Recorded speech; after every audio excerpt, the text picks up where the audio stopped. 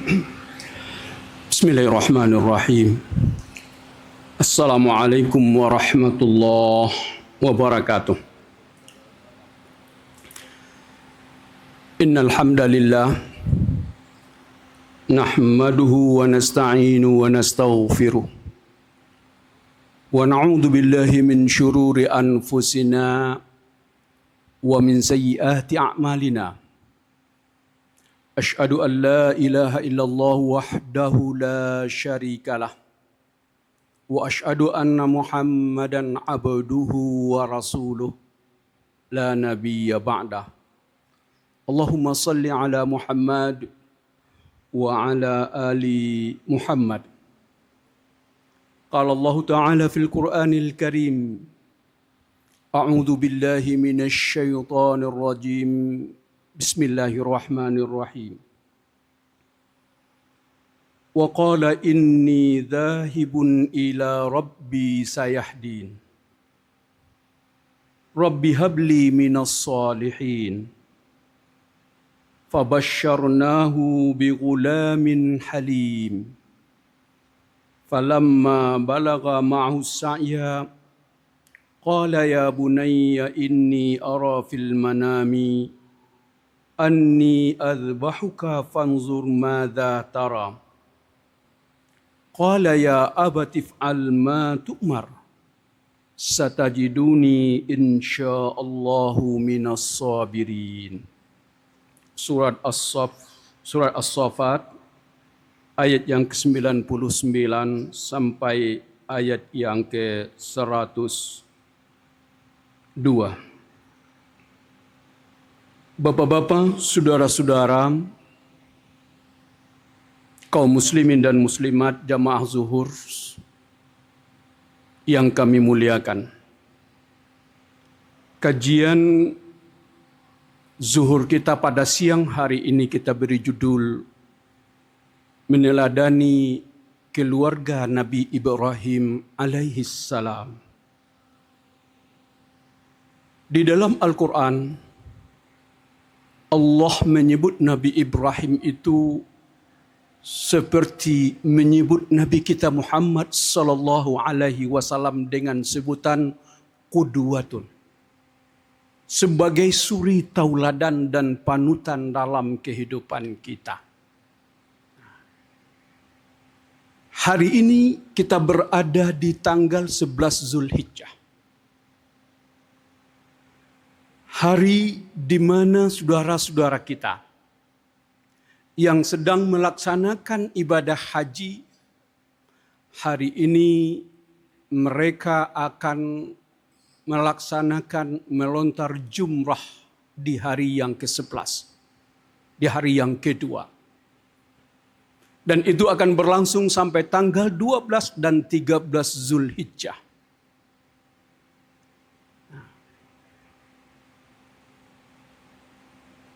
Pelaksanaan jumrah dan melontar jumrah itu tidak lepas dari sejarah dan perjuangan yang dilalui oleh Nabi Ibrahim dengan keluarganya.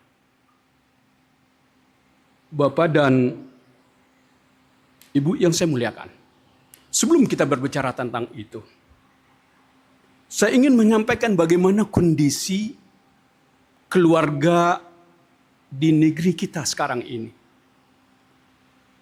Indonesian Muslim Report mengatakan salah satu kondisi keadaan keluarga dan orang-orang Islam, dia menyebutkan 60% dari umat Islam Indonesia ini itu salatnya bolong-bolong. Ya. 60% umat Islam salatnya bolong-bolong. Artinya kecerdasan spiritual, ketajaban rohani keluarga dan pribadi Muslim Indonesia itu tidak baik-baik saja. Ya. Kenapa kita katakan demikian? Karena Salat itu adalah benteng dan kekuatan hidup kita. Ketika salat itu tidak terjaga, yang terjadi adalah apa? Keruntuhan dan kehancuran sini. Ya. Yang bermasalahnya di sini dan kehidupan lainnya.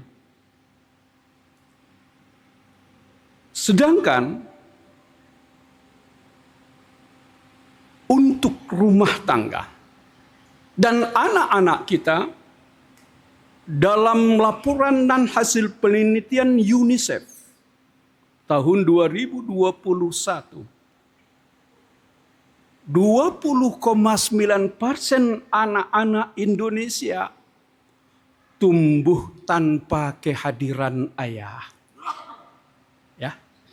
20,9% anak-anak Indonesia tumbuh tanpa kehadiran ayah. Ayah menjadi sosok yang penting. Sosok yang fundamental. Untuk anak tumbuh menjadi seorang yang mempunyai kepribadian yang kuat dan utuh. Karena ayahlah yang menjadi contoh dan tauladan bagi sang anak bagaimana harus menjalani hidup itu.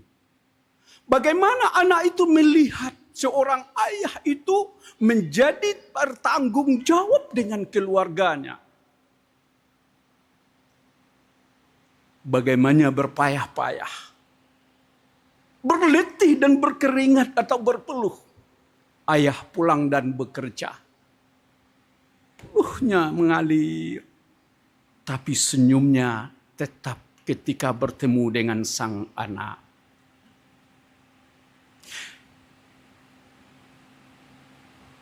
Ketika badannya lelah pulang bekerja seharian. Tetapi ketika dia sampai di rumah, sang anak mengatakan, "Ayah." Matanya berbinar. Senyumnya keluar. Tangannya terpapar merangkul sang anak. Bapak, Ibu. Sikap ayah yang seperti ini sangat menentukan terhadap pertumbuhan dan kembang anak kita.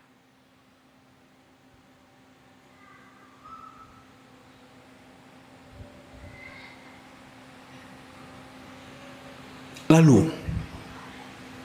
bagaimanakah rumah tangga itu untuk berbahagia? Kalau kita melihat dari ayat yang kita bacakan tadi, tentang kehidupan Nabi Ibrahim, ada 3 kunci yang perlu kita perhatikan Bapak dan Ibu. Agar rumah tangga kita itu menjadi bahagia. Ayah, ibu bahagia, anak juga berbahagia. Kunci yang pertama, ayah dan bunda harus menjadi orang tua yang berkarakter. Ya, ayah bunda harus menjadi orang tua yang berkarakter. Yang kita maksud dengan ayah bunda yang berkarakter ini adalah apa? Ayah bunda harus menjadi orang tua yang mempunyai keimanan yang kuat. Seperti kuatnya iman Nabi Ibrahim. Ayah bunda harus menjadi orang-orang yang nampak amal soleh dan ibadahnya bagus di mata anak-anak. Seperti bagusnya ibadah Nabi Ibrahim alaihissalam. Kita lihat Nabi Ibrahim. Dan Allah menyebut dalam Al-Quran surah Ali Imran ayat 67. Bismillahirrahmanirrahim. Ma kana Ibrahimu Yahudiyan wala Nasraniyan. Walakin kana hanifan musliman wa ma kana minal musyrikin. Kata Allah. Ibrahim itu bukan seorang Yahudi. Wala Nasraniyan. Dan juga bukan seorang Nasrani.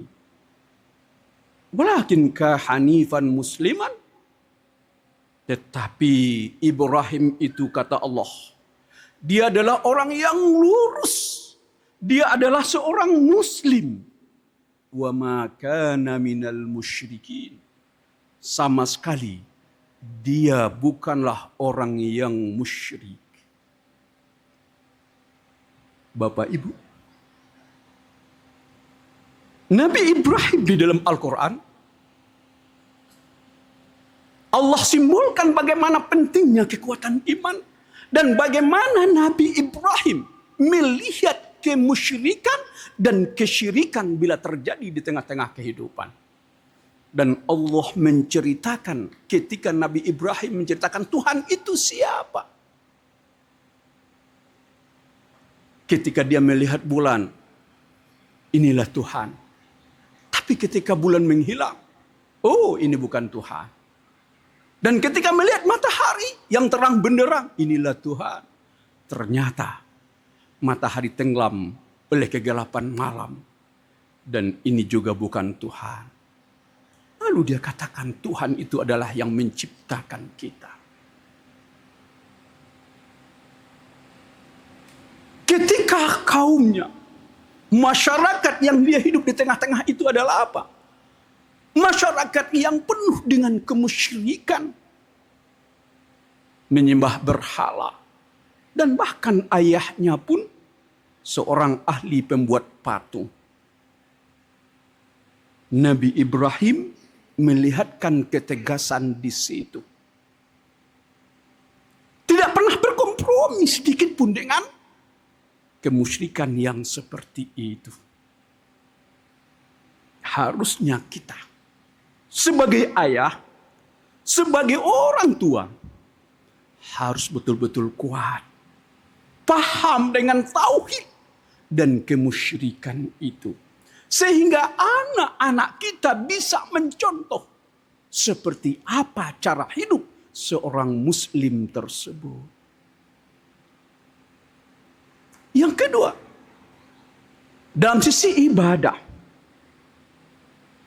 Ibrahim terkenal dengan ahli ibadahnya. Di dalam Al-Quran,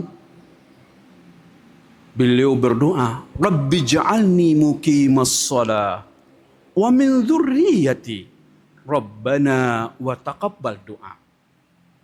Ya Allah, jadikan aku hamba yang senantiasa mengerjakan sholat. Wa min dzurriyyati, aku meminta juga Tuhan, agar kelak anak cucuku, keturunanku, menjadi orang-orang yang mengerjakan sholat. Rabbana wa taqabbal du'a. Tuhan, tolong engkau terima doaku ini. Bapak, Ibu, ruh rumah tangga tidak akan lahir dan tidak bisa merasakan kebahagiaan, ketenteraman, dan ketenangan kecuali bila sang ayah, bila sang ibu dan anggota keluarga itu, mereka adalah siapa? Ahli ibadah. Karena ibadah itulah yang membuat kita tenang. Nabi kita Shallallahu Alaihi Wasallam ketika menghadapi masalah, problem yang sangat besar, lalu dia akan berkata, Qum ya Bilal arihna bis-shalah. Bilal, bangun, bangkit. Qamat. Mari kita mohon kepada Allah dengan cara mengerjakan salat. Pertolongan Allah itu diminta melalui apa? Dengan kekuatan salat kita. Maka membangun rumah tangga Bapak dan Ibu perlu dengan ibadah. Bagaimana anak-anak kita tidak akan bermasalah kalau ayah ibunya tidak pernah nampak bagi mereka menginjakkan kaki ke masjid kecuali di hari raya Idul Fitri dan Idul Adha. Di dalam bulan Ramadan tidak pernah utuh. Bagaimana anak laki-laki akan menjadi hebat? Kalau dia melihat ayahnya pergi sholat Jumat, sering terlambat, dan tidak pernah menyiapkan waktu yang istimewa di hari Jumat untuk sholatnya itu. Tanpa terasa seorang anak akan melihat tentang cara ibadah dan sikap ibadah ayah tersebut. Sebaliknya, ayah, ibu, bunda yang ahli ibadah, seberat dan sesulit apapun hidup ini, dia akan merasakan dan mendapatkan anak-anaknya yang begitu sangat hormat dengan dia. Dia punya kekuatan di dalam hidup itu. Kekuatan iman seorang ibu itu dicontohkan oleh Siti Hajar. Salah satunya monumen peristiwa itu yang tidak pernah luput adalah ketika pelaksanaan ibadah haji. Seperti apa bapak-bapak, saudara-saudara? Yaitu sa'i antara Safa dan Marwah. Ketika Nabi Ibrahim meninggalkan Siti Hajar dengan anaknya Ismail di Mekah, dan dia kembali ke Palestina.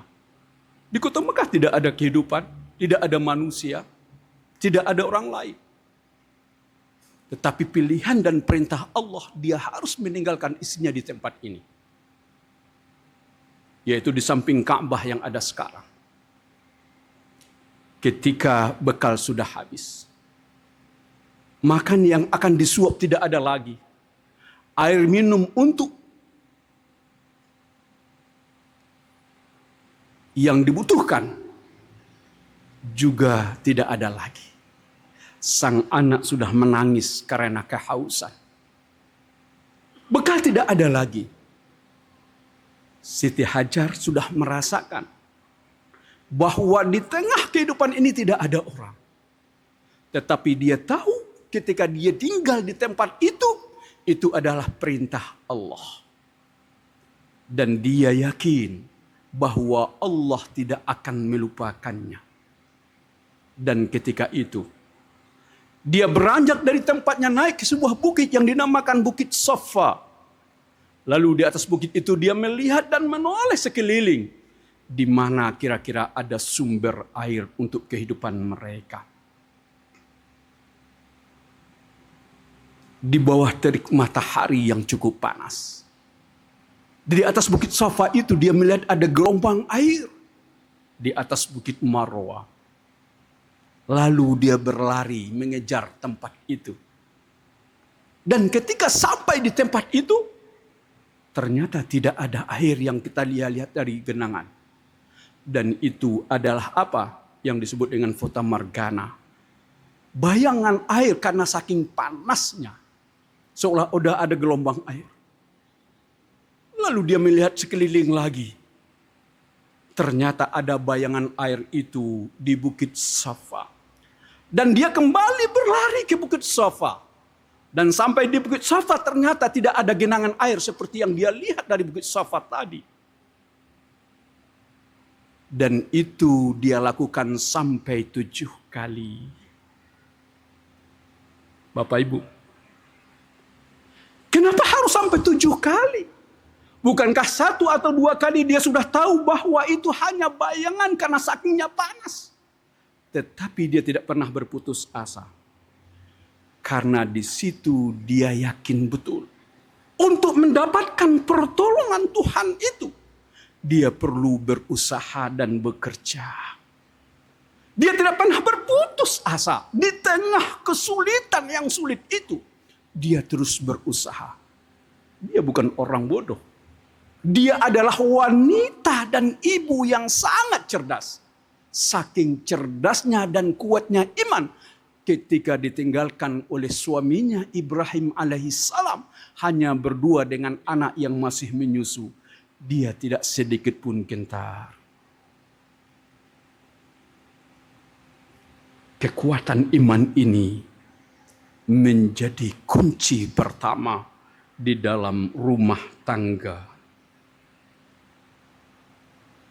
Yang kedua, orang tua itu harus menjadi visioner. Yakni, seperti apakah rumah tangga saya ke depan? Dan Nabi Ibrahim meminta kehidupan rumah tangga itu isinya siapa? As-salihin. Di dalam doanya di ayat yang kita bacakan tadi, Rabbi habli minas salihin. Tuhan, berikan aku anak-anak yang soleh. Ya, berumah tangga itu cita-cita pertama kita. Anak-anak kita itu harus menjadi siapa? Anak yang soleh. Anak yang soleh dan sukses nanti pasti membuat ibu dan ayahnya bahagia. Rumah tangganya tenang dan damai. Tetapi sukses secara duniawi, pintar secara intelektual, hebat secara jabatan, tapi tidak orang soleh, rumah tangga bak neraka. Maka Nabi Ibrahim menekankan dan mengajarkan kepada setiap ayah dan ibu, rumah tangga dan visi orang tua itu adalah apa?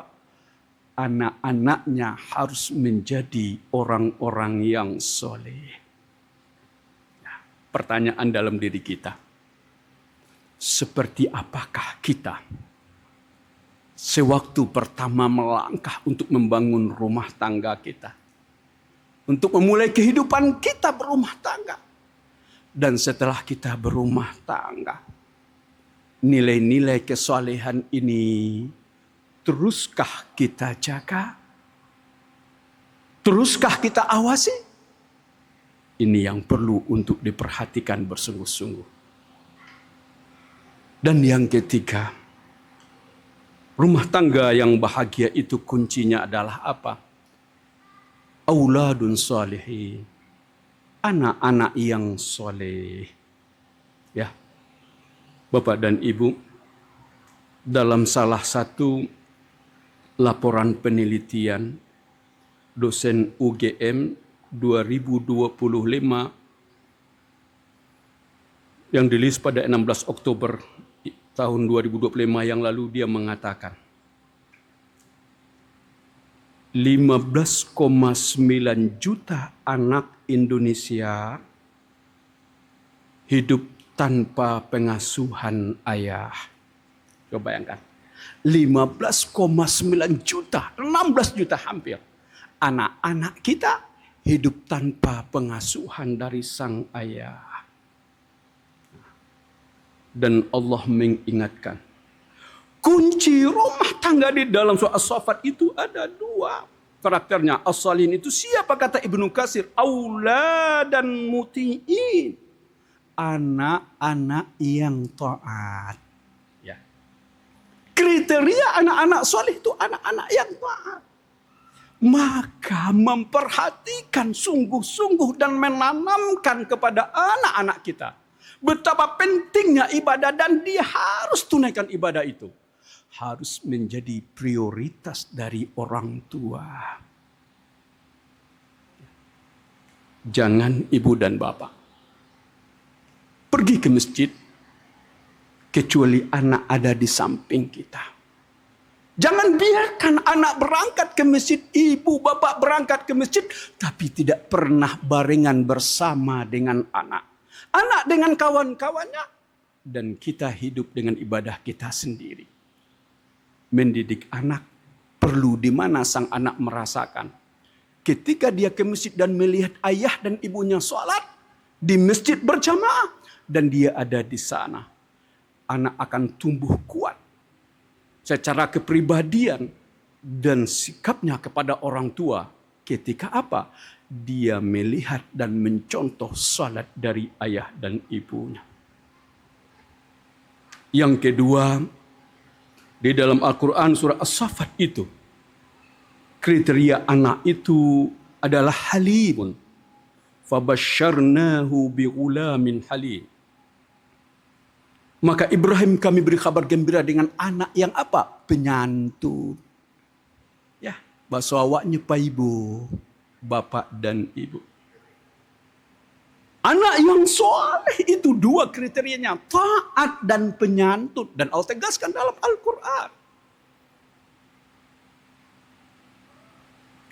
Lalu yang kita lihat di tengah-tengah kehidupan, yang kita rasakan saat sekarang adalah apa? Santunnya anak dengan keluarga, dengan ayah dan ibu, dengan yang lain. Sangat jauh dari yang kita harapkan. Dan itu sama-sama kita rasakan. Ada 3 kunci paling tidak untuk renungan kita bagaimana untuk melahirkan anak-anak yang santun. Yang pertama, jadilah kita ayah dan bunda menjadi tauladan langsung bagi anak-anak kita.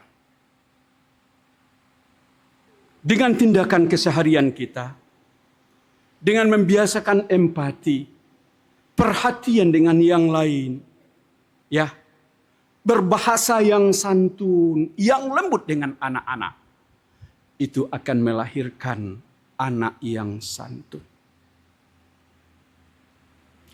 Salah satu kesalahan yang fatal menurut ahli adalah dalam mendidik anak, orang tua untuk menghentikan anaknya itu dengan bentakan dan suara yang tinggi. Karena apa? Orang tua ingin cepat dan sukses. Selesai urusannya. Anak dibentak, anak dimarahi dengan suara dan nada yang tinggi. Dia lupa, yang penting anaknya tidak menangis lagi. Ini tidak boleh dan harus dijauhi orang tua. Ketika anak bermasalah, biasakan berbahasa dengan bahasa yang santun. Yang kedua, biasakan melihat, memvalidasi perasaan anak kita. Coba lihat ketika dia dalam keadaan sedih, keadaan dia tidak tenang, keadaan ketika dia punya masalah, atau dia dalam keadaan senang dan suka. Kenapa? Anak itu mungkin belum pandai menyampaikan sesuatu kepada kita. Tetapi anak adalah makhluk Allah yang sangat dan super cerdas melihat di mana kehebatan dan kelemahan orang tua. Sebagai contoh, anak umur 2 tahun dibawa ibunya ke pasar. 3 tahun dibawa ibunya ke pasar. Ketika dia melihat mainan, dia tidak akan mengatakan, "Ibu, saya pingin itu. Ayah, saya pingin belikan itu." Nah, dia hanya melihat. Ada yang meminta, menunjuk. Tapi orang tuanya tidak mau membelikan. Nah, gak ada di rumah banyak mainan, gak usah beli ini. Apa yang kita lihat? Anaknya bisa menangis dengan suara yang sekencang-kencangnya. Karena apa? Anak tahu. Ayah dan ibunya akan malu di depan orang ramai. Anak menangis dengan suara kencang itu. Maka kita orang tua perlu mampu dan bisa melihat kondisi kejiwaan anak-anak kita.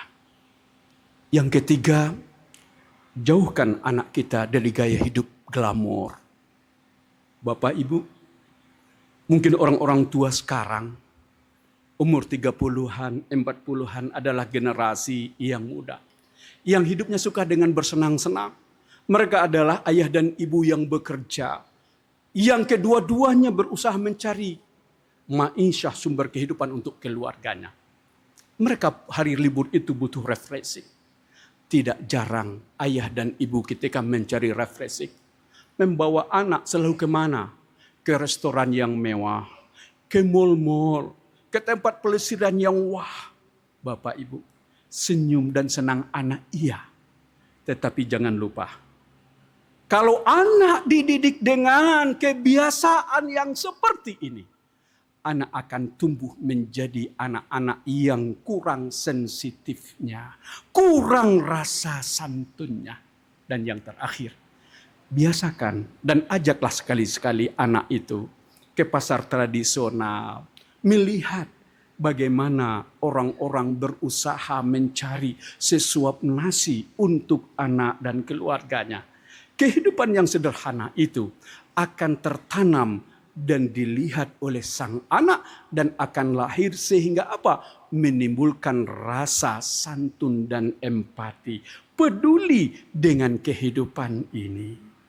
Maka ketiga poin ini ketika diperhatikan oleh ayah dan bunda, insya Allah kita akan merasakan rumah tangga kita akan merasakan rumah tangga yang penuh dengan kebahagiaan dan kecerahan dunia dan akhirat. Mudah-mudahan bermanfaat. Banyak maaf. Wassalamualaikum warahmatullahi wabarakatuh.